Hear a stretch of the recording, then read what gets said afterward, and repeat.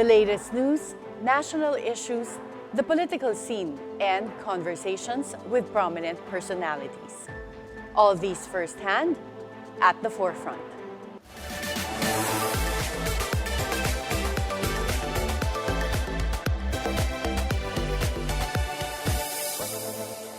Good morning.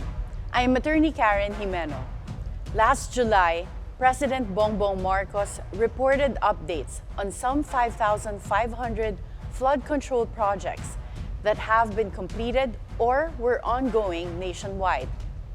In the aftermath of a series of typhoons that submerged our country of historic proportions, PBBM said that the flood control projects are in place, but the volume of rainfall was just too much to contain. Is there a master plan for a national flood control project? Are the country's existing flood control projects resilient enough to withstand climate change? Joining us this morning is the project manager of the flood control management of the DPWH, Engineer Jerry Fano. Good morning, PM Jerry. Good morning, Attorney Karen, and thank you for having me here and DPWH in this program. Okay, so Engineer Jerry, we have been battered by a series of typhoons. But in recent memory, we've seen what Typhoon Christine has done to Bicol, and Typhoon Leon to the northern parts of the Philippines. And Manila has been flooded several times as well. So the question in everyone's mind is, do we have a master plan, a flood control master plan for the Philippines? Yes, Attorney Karen, I must say that we do have a complete master plan for the key urban areas in the Philippines, such as the Metro Manila, Metro Cebu, Iloilo, Davao, and other places. We also have completed the 18 major river basins, both master plan and feasibility study, while some are still undergoing updating. So for the question, do we have the master plan? Yes, we do. And why was Manila still flooded, Metro Manila? Yes. In recent typhoons? Yeah, unfortunately, recent typhoons have battered us with this more than the normal storm events that when we try to put the finger on how we got flooded, actually there are so many moving parts when it comes to flooding in Metro Manila. We all know that Metro Manila is like a sponge, the sponge in our kitchen, wherein it can only accommodate such amount of water or rainfall. But these rainfall events like Christine, Karina, Leon, and the others like the Typhoon Ulysses that affected us during the pandemic year, these are unusually high amount. These are major storms actually, that when it passed over the Metro Manila, the term is we are exposed to such terms as these are higher than the normal rainfall. That's why we are so much flooded. So you mentioned earlier that we do have master plans, flood control master plans for the key urban areas in the Philippines. So can you give us an overview? One, when were these master plans prepared? All right. And what were the assumptions back then? Because you said that right now, the amount of rainfall has been, again, overwhelming. So can you walk us through these master plans? Yes. For the master plan of Metro Manila, JICA, that is the Japan International Cooperation Agency in 2005, they were able to give us this study called the Drainage Improvement in the Core Area of Metro Manila. This study divides the Metro Manila, we call them priority areas, into two, the North Block and the South Block, meaning the Pasig River divides these areas and includes 6 cities like the Caloocan, Manila, Pasig, Makati, Taguig, and even Quezon City.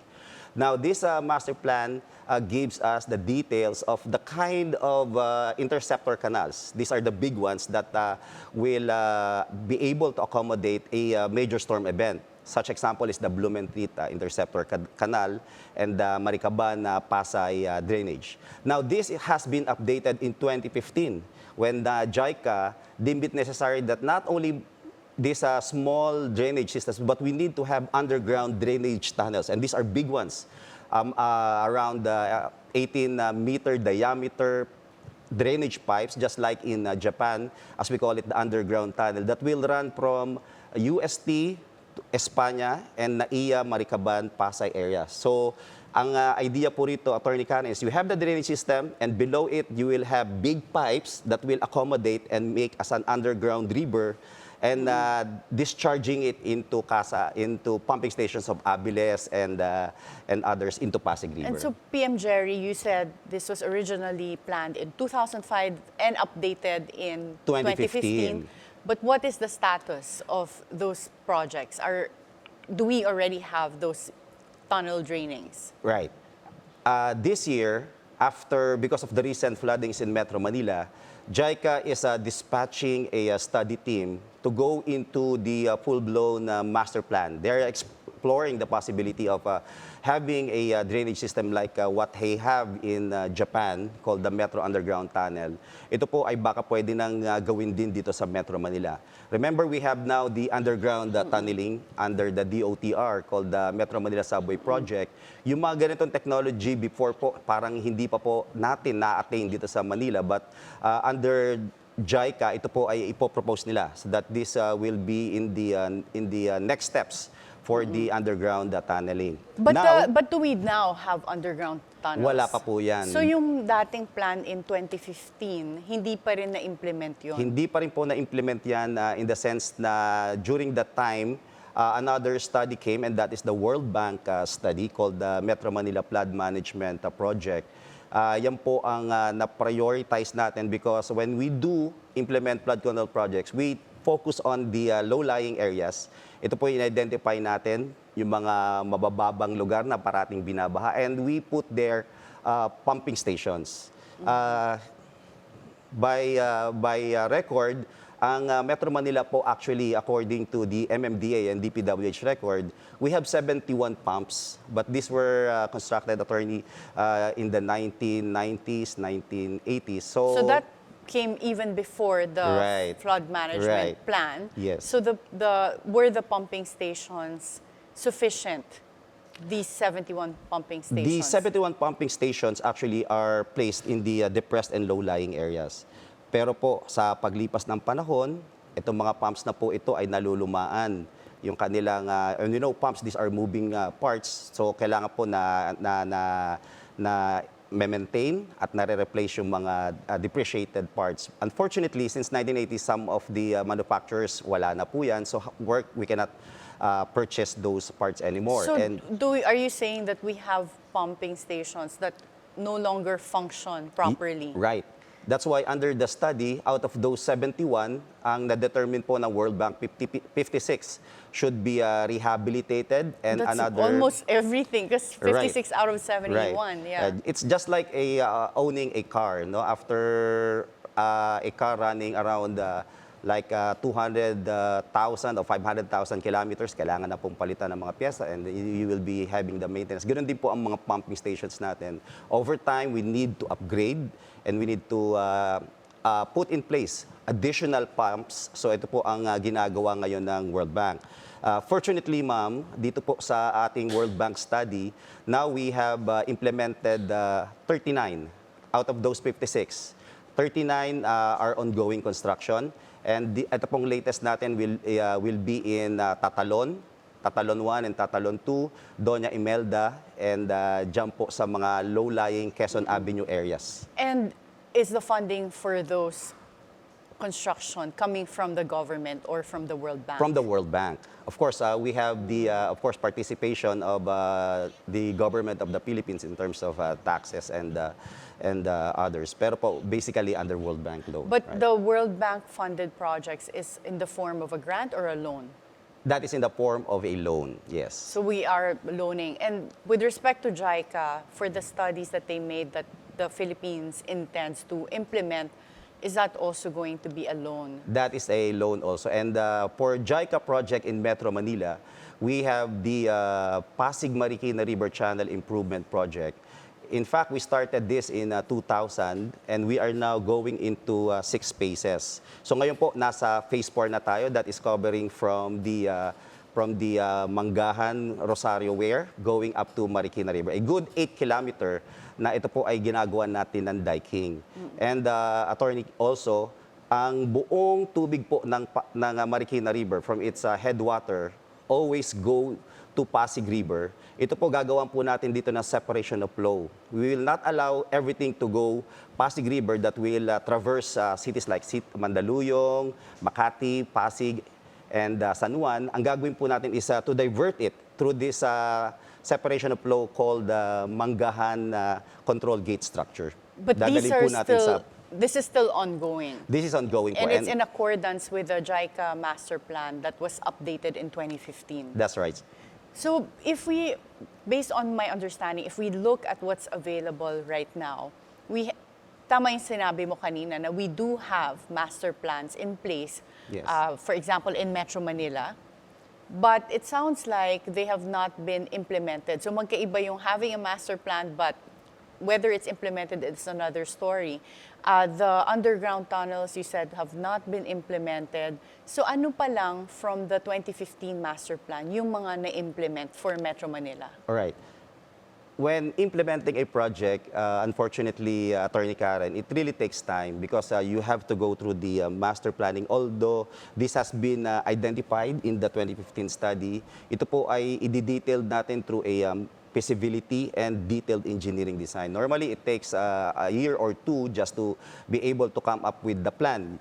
Plano po, so mga 2 years yan, before we go into the actual implementation called the civil works. Out of the menu of list ng mga projects during that 2015 study, several have been implemented. Like I said, yung Metro Manila Flood Management Flood Control Project, the 39 pumping stations, and the Pasig Marikina River Channel Improvement that goes from Delpan Bridge up to nandito na po tayo ngayon sa Rosario Weir in Pasig going into Marikina Bridge. So when can we expect that these flood control projects would be completed for Metro Manila? I'm starting with Metro Manila because we constantly see most of Metro Manila flooded. Yes. Even if hindi typhoon, kahit tropical storm lang. Yes. For the Pasig Marikina River Channel Improvement Project, we requested the NEDA for us to have a extension of this implementation period kasi hindi po talaga kaya as we venture into the phase 6 of the project. So, ano po ibig sabihin ng phase 6? Ideally, for a flood water to recede, kailangan po pabilisin natin yung agos ng tubig in the downstream. We have that through our flood wall. Ibig sabihin, tinaasa po natin yung mga dike natin. So, whenever the flood water rises, ito po ay mako-contain.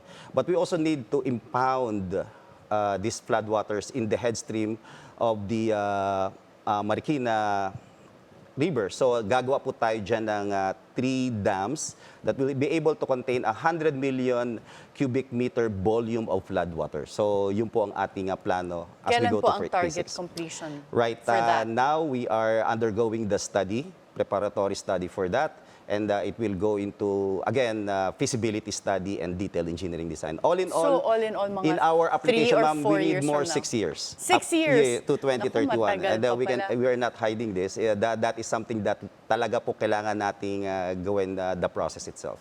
But PM Jerry, when you talk about most of our flood control projects in Metro Manila, it sounds like we're funding that through loans, either through the World Bank or JICA, which is a Japanese aid agency. So paano bakit marami pa rin kaming naririnig na ang lalaki ng budget for flood control na lumalabas sa budget ng DPWH that is in the GAA or General Appropriations Act? Saan napupunta po yung pera na yun? Right.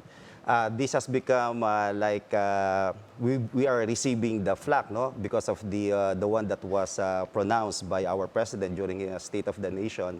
Actually po, this 5,521 flood control projects. When we account this, ito po ay mga proyekto na distributed all over the country. So we have 186 district engineering offices and 16 regional offices of the DPWH. Dito po ito nakapaloob. And Attorney Karen, we have to remember that for flood control, there are 11 different kinds of flood control that are being funded under our GAA.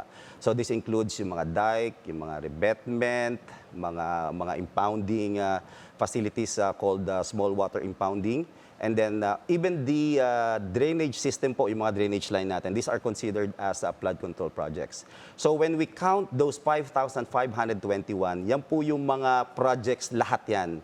So even if the project is like 50 meters of drainage system, that is considered as a flood control project. I think the main thing is, and I want to say this, na even before the time of President BBM, these are, kumbaga, yung mga menu of list of projects that we have been requesting sa Congress, and these are the ones being funded. Now, if you will remember yung amount po ng ating request in Congress in terms of the NEP and the GAA, over these last 2 years, ito po ay na-reduce pa nga. Meaning, these are actually the projects. And when we implement projects, we always look into the right projects that should be implemented. I'm sure you're very much familiar with that, Attorney Karen, when you were our Undersecretary in DPWH, that we implement the right projects with the right cost. And that is being implemented in the right quality. No? And in fact, we even pushed that forward to be implemented in the right time and by the right people. So ito po yun, mga yun. So in short, all the other funding goes to other projects, and wala naman po bang nagiging issue on corruption? Because when you go to the districts, minsan doon nagkakaproblema pagka yung implementation. Yeah, this is something that we have been fighting against in DPWH. You know? That's why I mentioned to you the 5 Rs that we have been discussing. Kumbaga, to prevent a culture of corruption in DPWH, that is one thing that our Secretary Manuel Bonoan is very much fighting. And of course, pagdating sa mga ganyan, the idea is always to come up with the best possible amount or cost for the project, even during the procurement. Kaya nga po lahat yan, everything goes through proper bidding. Yeah. And recently, we also saw in Valencia in Spain that they had a huge flooding issue because a year's worth of rain fell in about 8 hours. So in the Philippines, you also mentioned this earlier, yung amount of rainfall sometimes is just too much. So with the issue on climate change, our flood control projects sometimes were prepared back in 2015, which is already about 9 years ago. Are the flood control projects in the Philippines still effective with the effects of climate change? But before you answer that question, we'll have to take a short break. At the forefront, we'll be right back.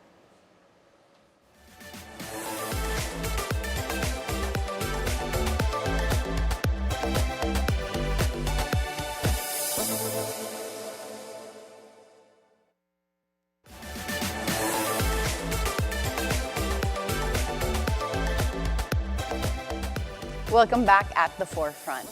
And PM Jerry, we were on that question. Right. With the issue of climate change, are the flood control projects in the Philippines still effective? Yes.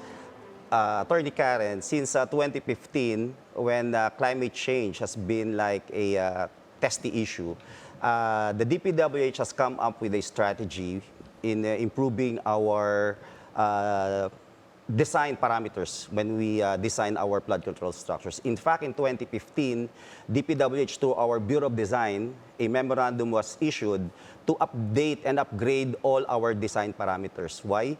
Because with the climate change, we are anticipating that there will be more frequent and more strong rainfall in the coming years.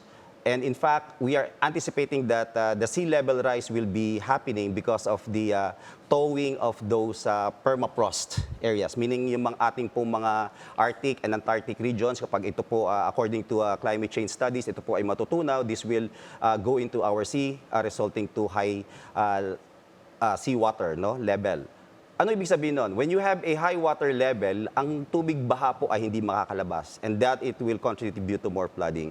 That's why doon po sa aking binabanggit na upgrading of the design parameters and considerations for our flood control, we updated them. Alam nyo po, before, ang ating mga drainage systems in Metro Manila are just being designed for a 5-year return period. Ibig sabihin, yung magnitude of rainfall, a 5-year to happen, yun lang po ang design parameter natin. But with the climate change, we upgraded this to 15 years return period. Do you think that's sufficient for what we're seeing right now in It terms is of volume of sufficient rainfall? in the sense na yung dati-rati po ang mga drainage pipes natin are just a 0.3 in meter diameter. 0.3 is actually one ruler to give it a comparison. Now we upgraded it into a 0.9 or 1 meter. So ganito po kalataas sa ating lamesa ang mga diameter ng ating mga drainage pipes along our main roads. Is Now, that already existing or you're saying plano pa lang to? Like I said, attorney, that has been instituted and officialized in 2015. So lahat po ng mga design parameters from 2015, ito na po ang ginagamit natin. But these are design parameters. But in terms of implementation, nalagay na po ba Yes. itong mga drainage tunnels? Once designed, it is now part of the drawing plans sa mga district and regions natin. And these are the same construction plans that are being used when implementing project. Aside from them, let's talk about the rivers. Pero sorry, just to clarify, do we have underground tunnels right now? Right now, wala pa po. Wala pa. So, but that you're is saying at least upgraded na yung design. But in terms of having the actual tunnels, wala pa tayong Wala mga pa po. tunnels. That is, kumbaga, speaking like 5 bridges pa in front of us. Matagal pa po. And like you said, the estimate is it will be implemented around 6 years from now. That's right, for the Pasig Marikina channel improvement. But for the designing of these underground tunnels in UST and Espanya and Naiya, Maricaban, Pasay area, ito po ay nandito na ang ating JICA study. And in the coming years, they will be formulating a master plan and detailed engineering design for this. So we expect that this will be the next steps for DPWH to really put into stride yung ating climate change also and to come up with a other solution. Kasi ang ano po rito, attorney, is kailangan hindi lang pinabibilis mo ang tubig baha, but you have detention ponds. In fact, in our major river basins like Davao, the Bicol River Basin, this is part of our strategy. And this is part of the call of our President na to integrate yung mga water resources management and water conservation by connecting it with flood control. Ngayon po, we have implemented small water impounding projects in the north, like in Bolo River. Ito po, yung tubig na dedetain natin, like also in Pidig. Ito po ay kinokotekta natin sa mga NAIA o NIA interceptor canals. Yun po ang ginagamit natin or yung kanilang irrigation canals. And PM Jerry, when we talk about flood control projects, especially if we're going to build underground tunnels, there's an issue of right-of-way. Yes. So, for example, when you mentioned UST, pumayag na po ba sila na magkaroon ng underground tunnel sa kanilang premises? Right, that is a good one. In our right-of-way law, yan po yung isang project din natin. I'm talking about the Parañaque Spillway. Ito po, ang plano natin is the Laguna Lake. Ito po ay may seasonal fluctuation. Wala po nilalabas na ng Laguna Lake sa ngayon, kundi Pasig River. That's why kapag tumaas ang tubig sa Laguna Lake, it will pass through Pasig River. And yung mga munisipyo na nabanggit ko po kanina, ito po, o mga cities like San Juan, Pasig, ito po, Makati, Taguig, ito po ay binabaha. So the idea here is to come up with another drainage outlet that will drain the Laguna Lake directly into the Manila Bay. And that is the Parañaque Spillway. Ang Parañaque Spillway po, it will entail a 14-meter diameter that is bigger than this room diameter. A underground tunnel that will pass from Muntinlupa to Las Piñas. Yan po yung part ng Laguna Lake. Now, you mentioned about the right-of-way. In our right-of-way law, if you go 50 meters deeper, hindi na po siya kasama sa right-of-way acquisition. That's why we designed this underground tunnel to be deeper than 50 meters. But that also That is affects the the cost, strategy. though, right? It will If it's significantly reduce the cost. Okay. Because of the right-of-way offset. acquisition. Yeah, okay. Yeah. Okay, so that's a...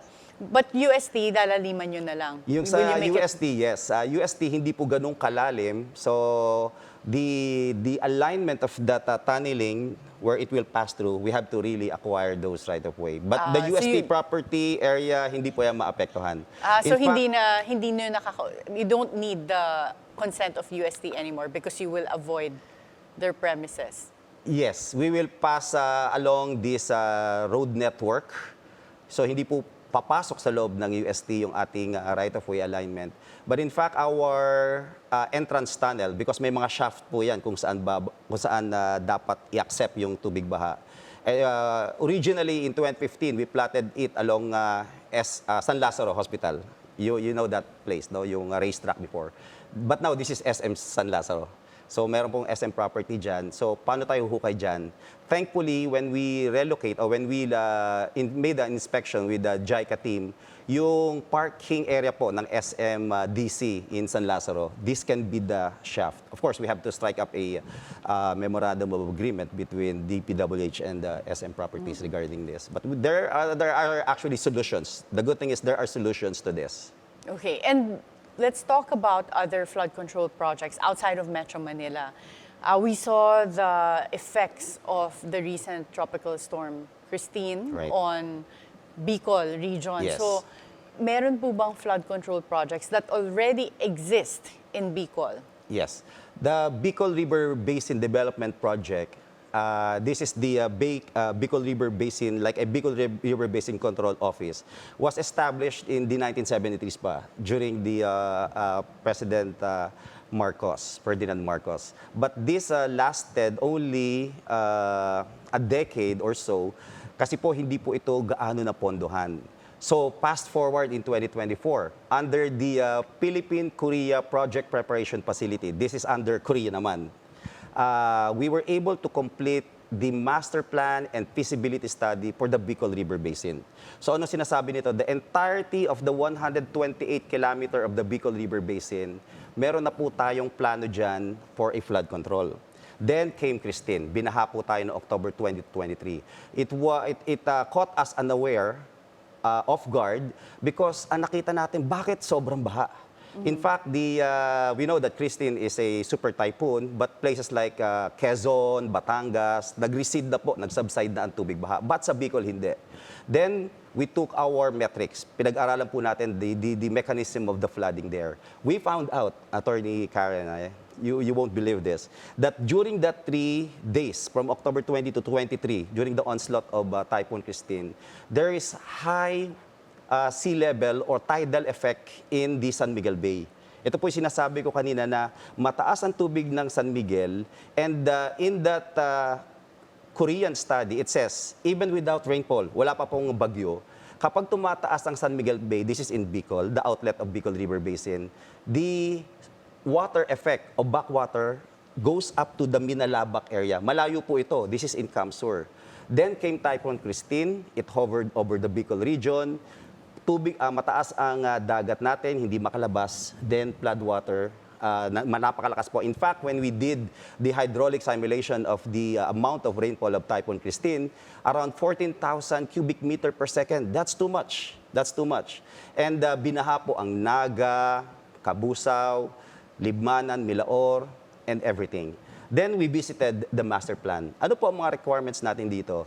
We took our idea from the DPWH Regional Office 5, and they have a proposal, old proposal, to come up with a cut-off channel. We call it the Naga cut-off channel that will correct. Ang Bicol River Basin po kasi is masyado siyang dendritic, as we call it in hydrology, the plant form of the river, masyadong makulot. We need to correct that, straighten the river plant form itself. Para yung mabilis yung paglabas. That's meaning right. the flow will just go straight. Correct. Okay. You know that when the river is smooth in transition and in its plant form, mas mabilis pa ang tubig. We increase the velocity. Also, that is a 10-kilometer cut-off channel, we call it. There will be also an interceptor canal na kung saan There are two kinds of flood. The fluvial flood, ito po yung nanggagaling sa pagtaas ng ilog, fluvial. And the pluvial, wherein P, na kung saan naman ang runoff coming from the mountains of Isarog, the mountains of Mayon, and Mount Labo in Camarines Norte. This goes down as a runoff and form as an inland flood. Ayun po yung pluvial. Paano natin i-address? There is a proposal to have an interceptor canal beside the cut-off channel that will arrest and capture this inland flooding and direct it to the main Bicol River Basin. Then we also have a proposal for 3 detention retarding basin. One in Naga, yung pinakabaha. Then the Bao Lake. The Bao Lake actually is a big lake na kung saan ito ay natural retarding basin. Kapag umuulan po, dito na pupunta. So we will put up a diking system around there, a height of like 6 meters, that will make it as a temporary detention basin. Ano ang function nito? We know that during a rainfall, peak rainfall is, it peaks, no? Tumataas and then buwababa paglipas ng bagyo o ng ulan. Yung pagtaas po nito, through a detention basin, we will cut this peak discharge, detain it in a detention pond, and then kapag dumaan ang bagyo, slowly by gravity, we will release through an outlet gate of the detention retarding basin and release the water back into Bicol River Basin. Why That not is the idea. use that water that you've already impounded for other purposes like water for supplying the city? Correct. Only yesterday, we had a meeting with the NIA Administrator Eddie and DNR Undersecretary CP David. Yeah, when I presented this, they captured the idea. They said that, why don't we use that as our convergence project? Meaning we need water. They have a proposal for Waras small water impounding. Use that and utilize that for irrigation. That we can do. Okay, so pwede. But like, just to take a step back, you said that the existing flood control projects in the Bicol area were from the 1970s pa. So they're outdated. But everything that you mentioned for now are plans. Are there, one, expectations to have them implemented in how many years from now? And then second, who will be funding these projects? Yes. Right. And before you answer that question, we'll have to take a short break. At the forefront, we'll be right back.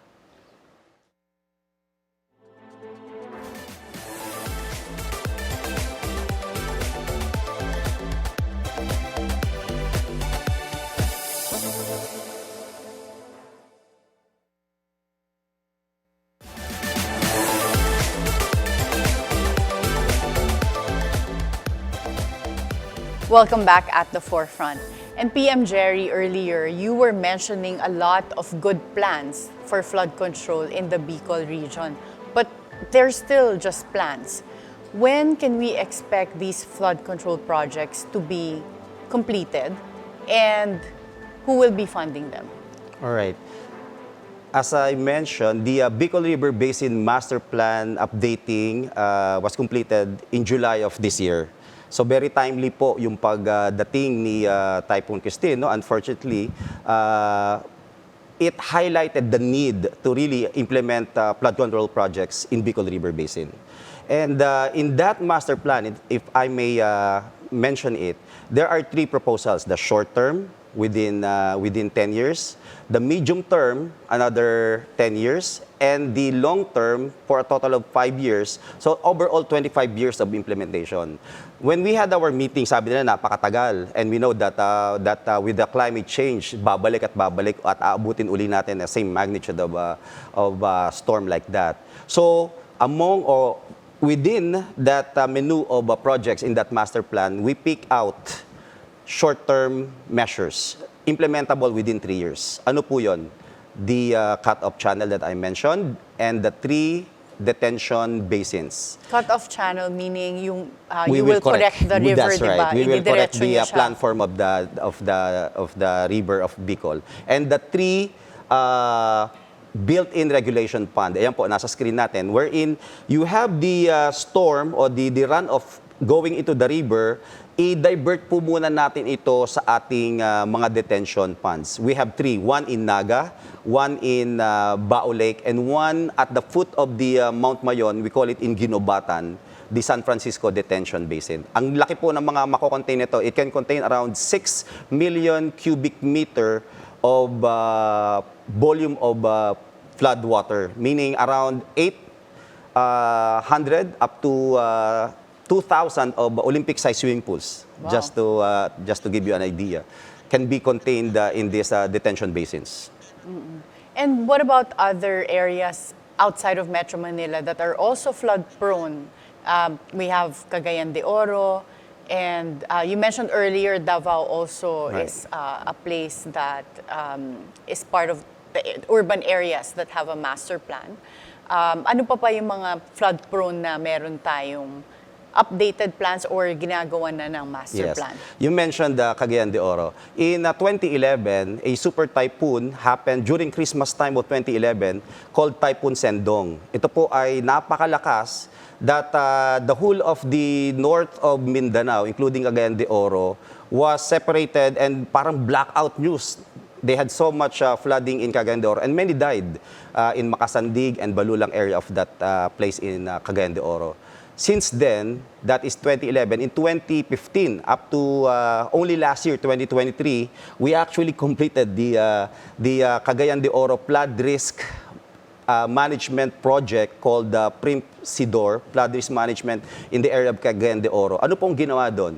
We raised the level of the flood protection of the Cagayan River to be able to contain a 100-year return period flood. Yung mga similar rain like Typhoon Sendong. In fact, ito po ang maganda. We did not only raise the flood wall, but we constructed a boulevard. Now, if you will look in the YouTube, makikita nyo po that many people go there because nagkaroon sila ng open space. And we struck up with a memorandum with the city government saying that this should be declared as no-built areas, no-built zones. Meaning, nagawa na natin ang dike, wag po natin pabalikin ang mga residential areas diyan o yung mga kabahayan upang sa protection na rin nila. Under which president did we complete this project in Cagayan de Oro? Thankfully, under PBBM when we complete that. So mga recently lang. Yes, 2023, we kailan complete that. na-start yung plan for this project? It started in 2015 and it was implemented in 2018. Yeah, the one on screen po. You can go back to that. Ang So ganda po nito. nakatatlong presidente. The plan started during President Benigno Aquino, and then implementation started under President Duterte, and then completed under President Marcos. That's right, that's right. So kailangan talaga ng continuity, no? It When we're takes talking about really time, flood yes. control projects. Unfortunately, ang mga flood control projects po, hindi po to kasi gaya ng na you want it there and tomorrow it will start. It takes the process of vetting and designing. We're talking here of millions of cubic meter of flood water. Kapag mali po ang ating design, one breach of the dike will create more havoc in the area. Mas mabigat po kasi tinaas mo na yung tubig. That's why even in Japan, when they elevate their dikes, they also elevate their communities. Kasi nga kung ang communities ay mas mababa, tumaas ang mga dike, kapag nasira po ito, mas malakas ang epekto sa Oo nga, mga communities. and the That's risk right. of these communities being inundated is Yes. also, would be very high. Interesting, in Japan, if you notice, doon po ang ilog hindi mo makikita. Why? Because masyadong mataas ang mga dike nila. These are called the 200-year return design flood. Even they have structures called 1,000-year return design flood. But in the Philippines, right now, we are not yet at that level to design it in that design capacity kasi nga po masyadong mataas at masyadong mahal. Masyadong so mahal. instead of I think it's an going issue of mataas, cost lagi. we go to pahabain yung project natin. So 100-year return period is sufficient for us. What about the other Cagayan? Cagayan in the north. That Right. was Cagayan also in the flood north, prone. this is in Tuguegarao. The most recent flood that they experienced was in Typhoon Ulysses in 2020. Together with Metro Manila, we were surprised that after even affecting Metro Manila, ang Cagayan binabaha rin. And in fact, ang ating pong basihan doon is the Bunton Bridge. They have there a water level sa ilalim ng tulay. And the flood water reach up to 14 meters. Napakataas po yun. Ang flood warning po nila is around 9 meters, warning na evacuation. It reached up to 14 meters. So nagkaroon pa ng 5-meter elevation. And this reached up to Tuguegarao area, bahamba sila.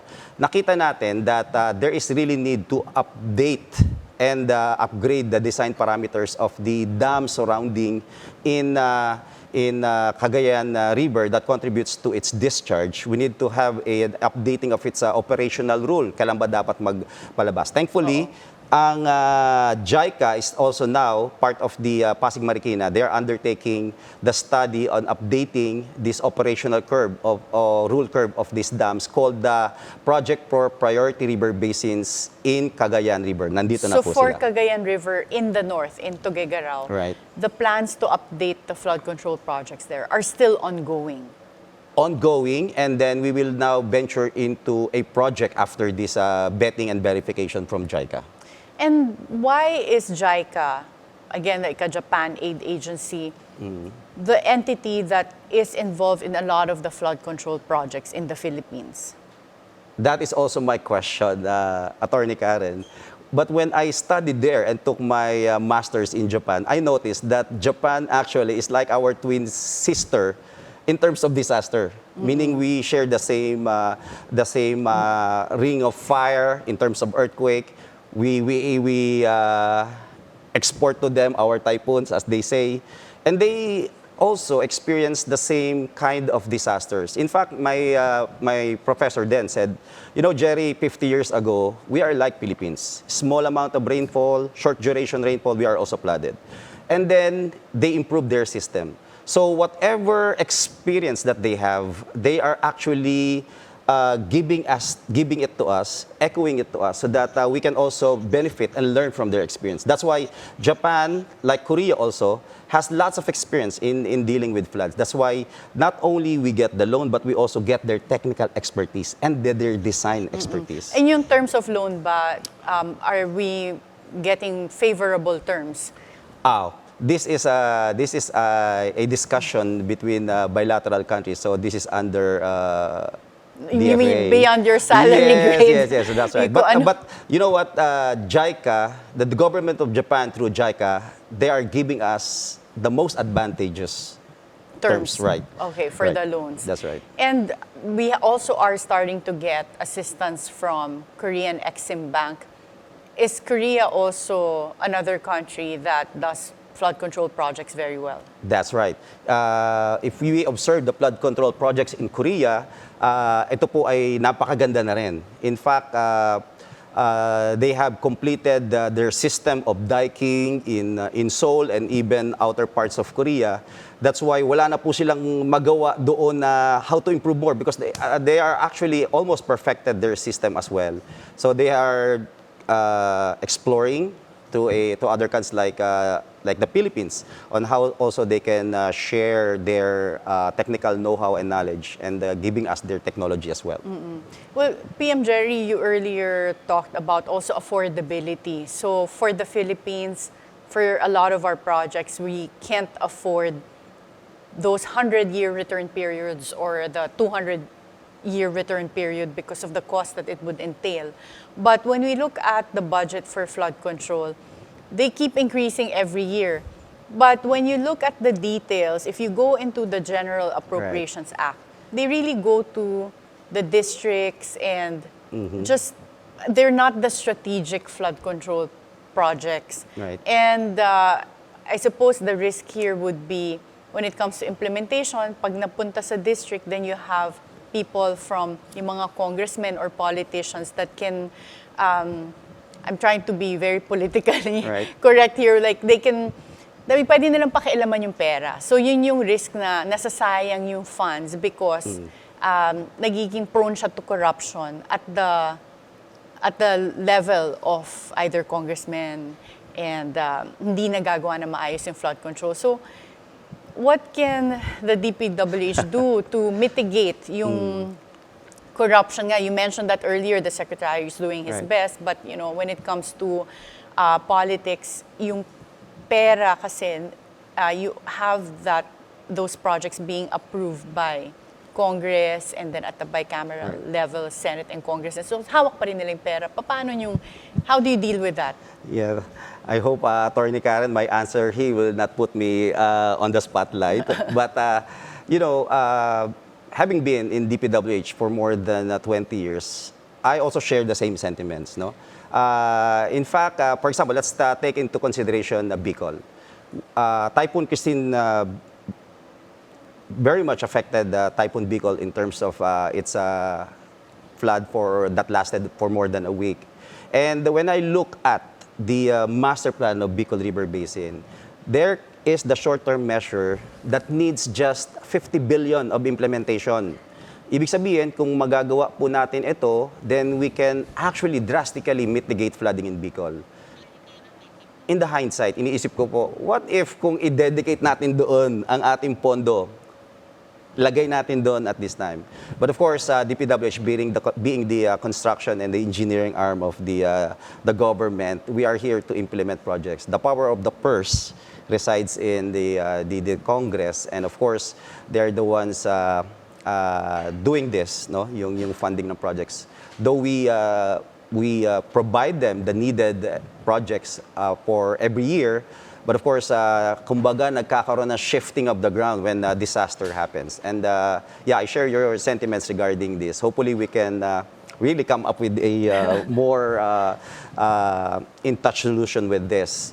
So in the coming years. Okay, and for those listening to us, because a lot of our discussions were very technical, but for ordinary Filipinos like us, when it comes to flood control projects, may mararamdaman na ba kami in the upcoming years? Like by next year, may makikita na ba kami improvement in terms of lesser flooding? Yes. Ang maganda po rito, after this series of typhoons affecting us, President Bongbong Marcos gave us a marching order. Now it's not business as usual, wherein DPWH, you just do your flood control. NIA, you just do your irrigation canal. DNR, you just do your watershed management and tree planting. The marching order for us is to consolidate all of this. Remember, there are more than 30 water agencies in the Philippines with differing policies and of course differing priority projects. Pero ang order po sa atin ng mahal na Pangulo ay mag-usap-usap nga kayo, magsama-sama kayo on how you can really come up with a definitive solution in terms of integrated water resources management, convergence projects. What DPWH will capture, it should be impounded and it should be connected to the NIA irrigational canal for aquaculture, or should be irrigation and agriculture irrigation. So ito po ang ginagamit natin. And also, DNR now is on board. They are committing to improve yung ating pong watershed management. We know that reforestation, ito po ay kinakailangan wherein there are, kumbaga, standing forests before, but over the years, this has been burned and cut. Now we need to reforest again. Okay. And last question, PM Jerry, and just yes or no, do you agree that there should be a water department that would handle flood control projects at tatanggalin na to sa DPWH? We are actually gearing towards that direction. In fact, as early as next year, as it is being discussed now in the Senate, and for recommendation in Malacanang, nakikita po namin that the Department of Water Resources will be coming out soon. Okay, thank you so much, PM Jerry. Unfortunately, we ran out of time, but thank you so much for all your insights. It's been a pleasure to be here. The government has flood management initiatives to ensure safer and resilient infrastructure for the country. Still, it is very important for Filipinos to contribute their share and make flood prevention everyone's concern. Be timely informed, be insightful of the news. Always stay at the forefront. Join us again on Monday for meaningful conversations that would help you form an objective personal opinion. This is Attorney Karen Jimeno. Thank you for spending your hour with us.